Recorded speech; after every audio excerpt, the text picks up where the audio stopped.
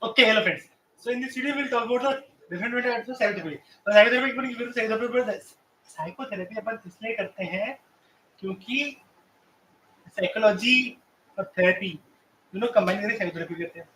अब इसका बेसिकली मतलब ये होता है कि आपके सराउंडिंग में आपकी लाइफ में कोई ऐसे इंसिडेंट्स हुए या फिर आप एक सर्टेन तरीके से एक्ट कर रहे हैं depending on the kind of upbringing. Upbringing can be kind of your generational things, kind of the learning that given by your parents, by your siblings, your teacher, your society, by the generational group that you have, or kind of society that you have.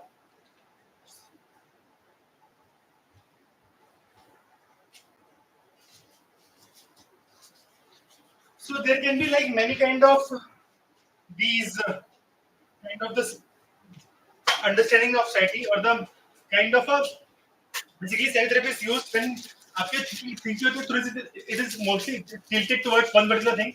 So basically to keep you in the common or to bring you in the positive direction, a kind of therapy is required which is dependent on the kind of experience you have had or the kind of scenario you are living or the kind of problem you are facing. So you may be getting a personal therapy, maybe group therapy, maybe couple therapy, maybe family therapy, maybe psychodynamic, psychoanalytic, or CBT or psychodynamic therapy, behavior therapy, existential Gestalt therapy, interpersonal therapy. So basically, this is the kind of therapies that you need, depending on the kind of problem that you want to solve, or the kind of problems you are having that you want, or the kind of problem you want to solve, the kind of scenarios in which you are living, or the kind of objectives or the kind of goals that you want to achieve in your life.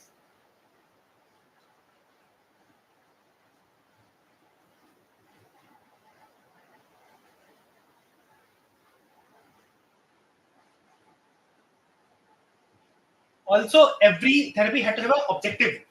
So, on the basis of which outcome of the psychotherapy is dependent.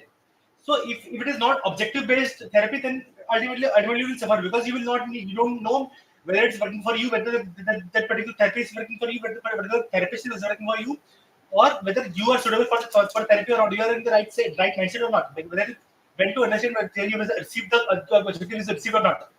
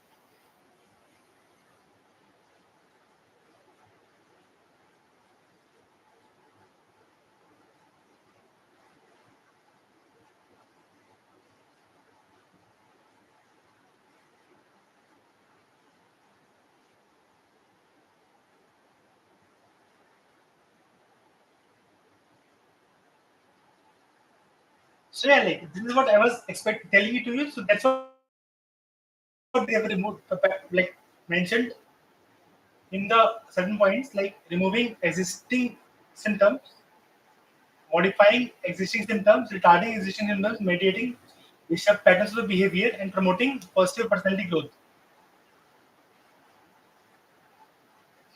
Deals with the immaturity of the neural person and characterological different difficulties associated with the inability to growth.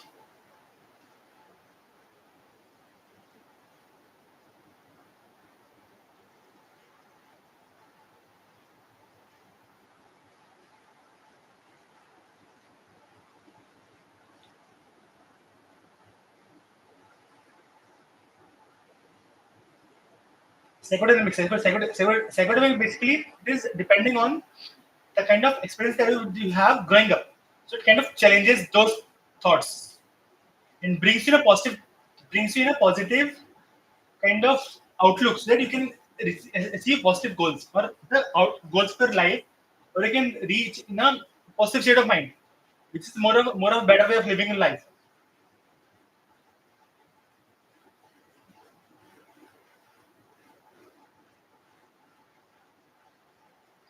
This is more of a coping mechanism.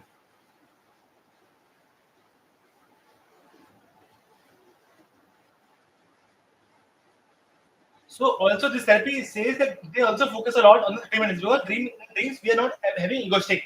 We are not thinking what is right or wrong. In dream we are acting more of a free soul. Then we are achieving all those things that we try to achieve all of those things that we cannot achieve in a normal day life. Then we have more egoistic movie and we are connected more towards the body rather than the soul. Consequently, dream provides a potentially rich source of information about unconscious needs. The analysis of transference is also the core of the psychodynamic or psychoanalytic therapy, in which the client held strong personal feelings towards the analyst, which simply could not be understood in terms of the actual events of therapy or the analyst's character or behavior. The transference can be possible, like I believe that such lessons were not only barriers to therapy, but they were indeed the vehicle of therapeutic change. Behavioral therapy mainly teaches the modifying or changing undesirable behavior.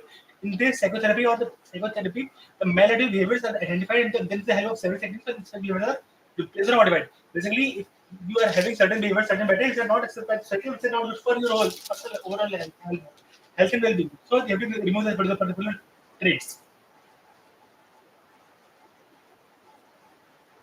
Classical conditioning. Classical conditioning is an experiment in which a dog was conditioned to salivate.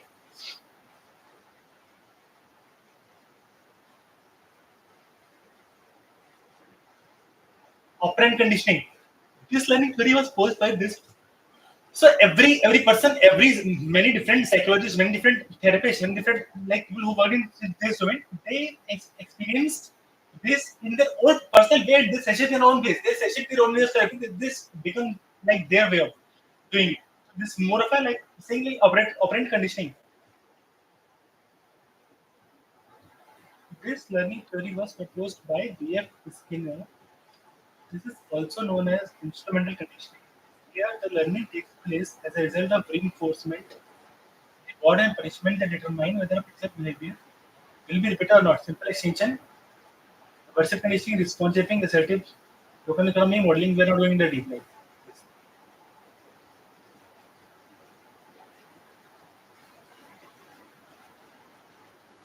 Systematic desensitization. This technique is developed by this particular person, like and this, at the elevation of maladaptive anxiety. This technique involves a pairing of relaxation with imagined scene depicting the situation that a client has indicated cause him or her feel anxious. Basically, it is like desensitization. Basically, like suppose you are watching a movie and you are worried of the terror scenes or at the horror scenes in the movie, then you are exposed to these scenes multiple times, like in this small sequence of intervals. It is shown to you, then you are taken out. Shown you, then taken out of it. So this how your brain gets used to this particular things.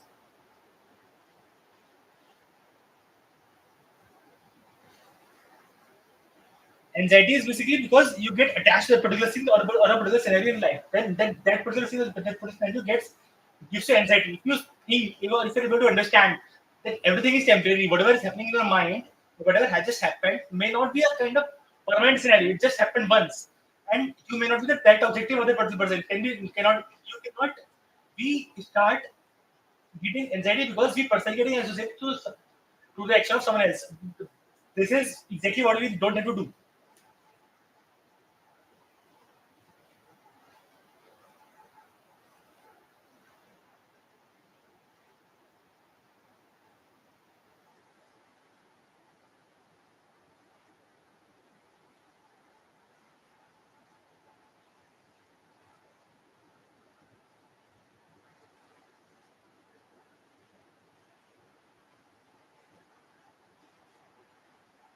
So basically, you are given a relaxation technique, relaxation therapy, because ultimately somewhere in the deep down in your mind, something has happened whenever you're doing those sort of things that cause anxiety and that stayed in your mind.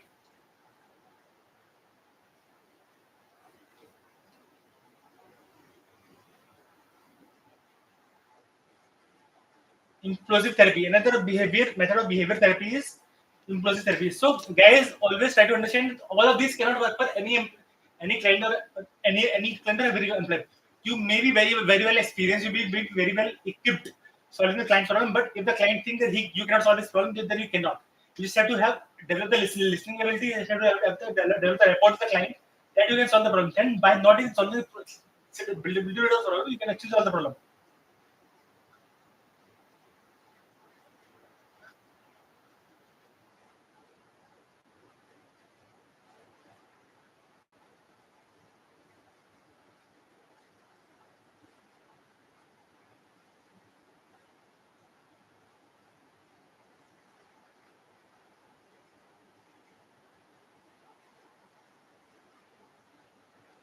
Then becomes a humanistic therapy.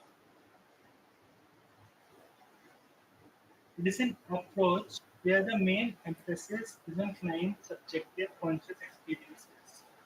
This is more of a humanistic psychotherapy, but it's a person-oriented psychotherapy. The therapist focus is more on the present. The client plays active role here as compared to the therapist, who mainly plays the role of creating a conducive environment. The major form of humanistic therapy is client developed by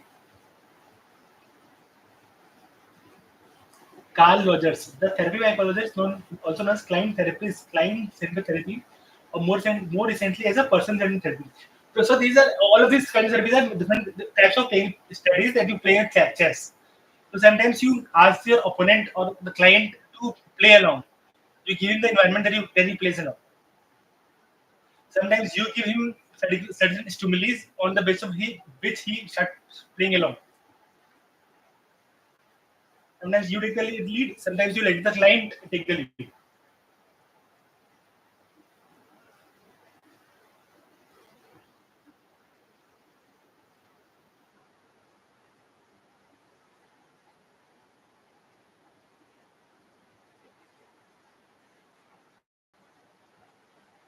Existential psychotherapy is basically when you stop getting the meaning in the whatever you're doing in a daily life. So this is the kind of therapy that, and this is the kind of problem, this is the kind of thing that people of any age of any grade, when they're associated with one particular thing, and suddenly that one particular thing is taken away from them, from to which their heart and soul is attached to. It can be a person, it can be a job, it can be anything or everything. It can be something that they deeply love, a sport that they deeply love. Once that particular thing is taken away from that, then they start having existential crisis. Then you have to produce. Then you have to do existential psychotherapy.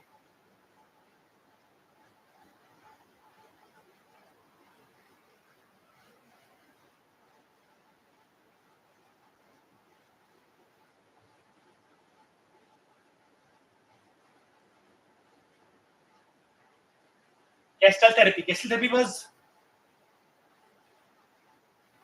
born in Germany. Gestalt psychologist Wertheimer, Kafka, Kohler, Lewin, and Goldstein contribute to the development of therapy.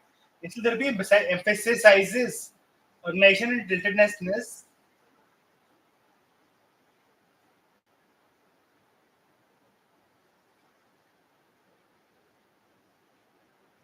Like guys, let me list them of these things that I don't also forget for the next video.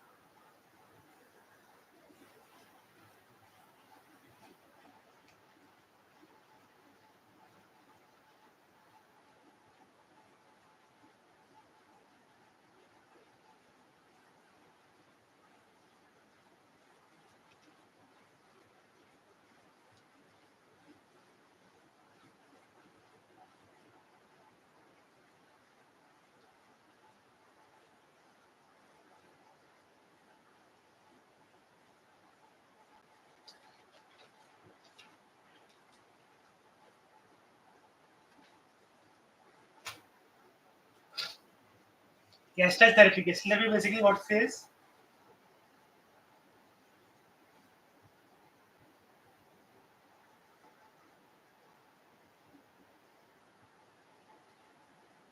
interpersonal therapy. Interpersonal therapy by was given by Gerald L. Clermont and Myrna Wiesman based on the ideas of Harry Stack Sullivan. As I'm says, this therapy mainly focuses on the present and the past social roles and interaction of the client. One of the two main problems currently experienced by the client are taken into the consideration during therapy, usually due to conflicts and friends and family member, or even it also help individuals to deal with grief and loss. Other main issues like retirement and divorce can also be dealt with this all of our interpersonal therapy. This section in this of the unit we discussed various schools of psychotherapy. Besides the above,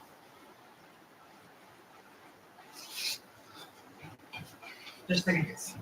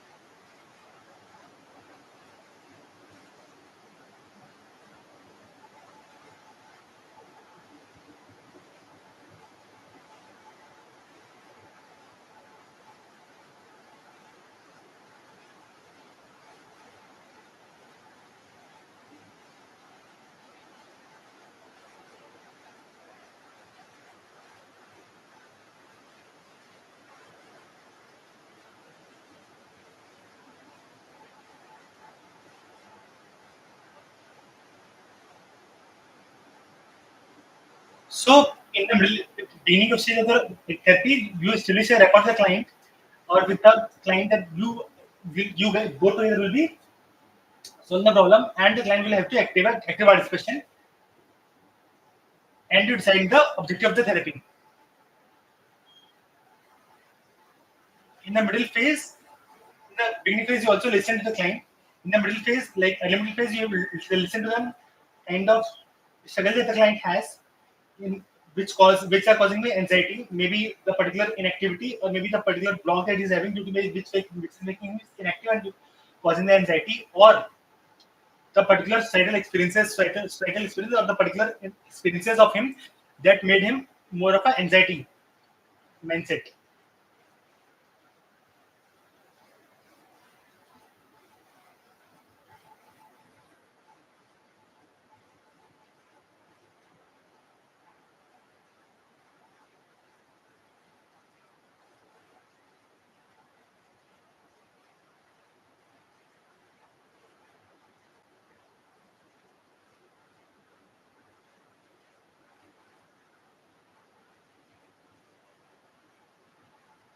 Kernel phase, theoretically, psychotherapy is never ending since emotional growth can go on as long as one lives. It is, in a more sensual and limited sense, psychotherapy should be terminated when the state goals are achieved, or you're in the right direction, or you almost reach the goal.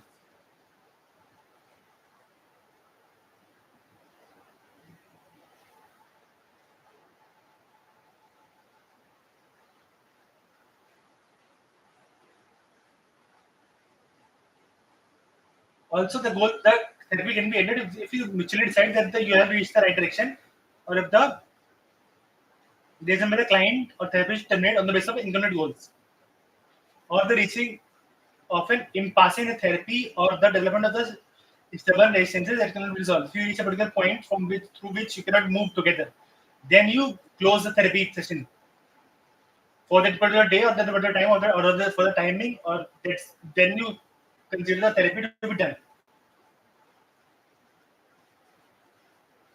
Or there can be other physical and out of the control reasons that can, if someone is moved out or something, someone is not having the time enough time.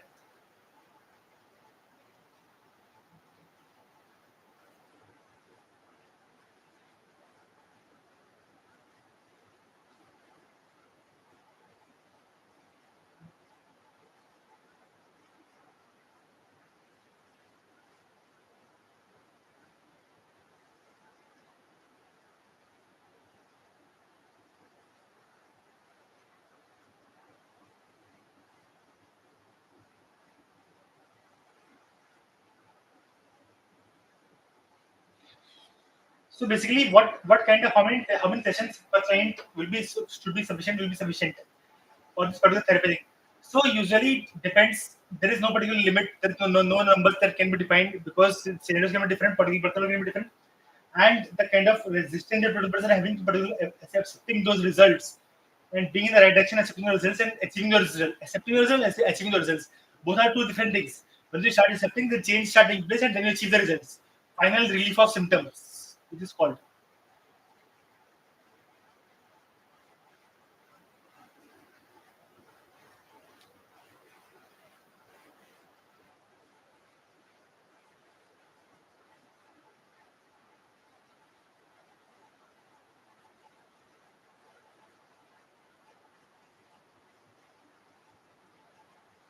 So also, like, sometimes happen that during the therapy, the results may not be very good.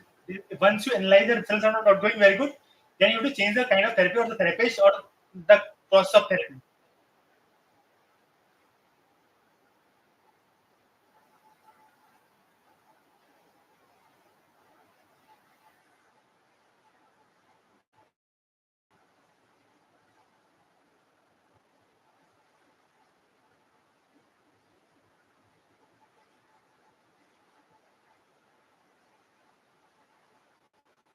Thank you, guys. I'll just conclude the today's session here, because इसके आगे I will be having some issues myself. I'll just conclude the session here. I'll be connecting the next thing. Thank you so much.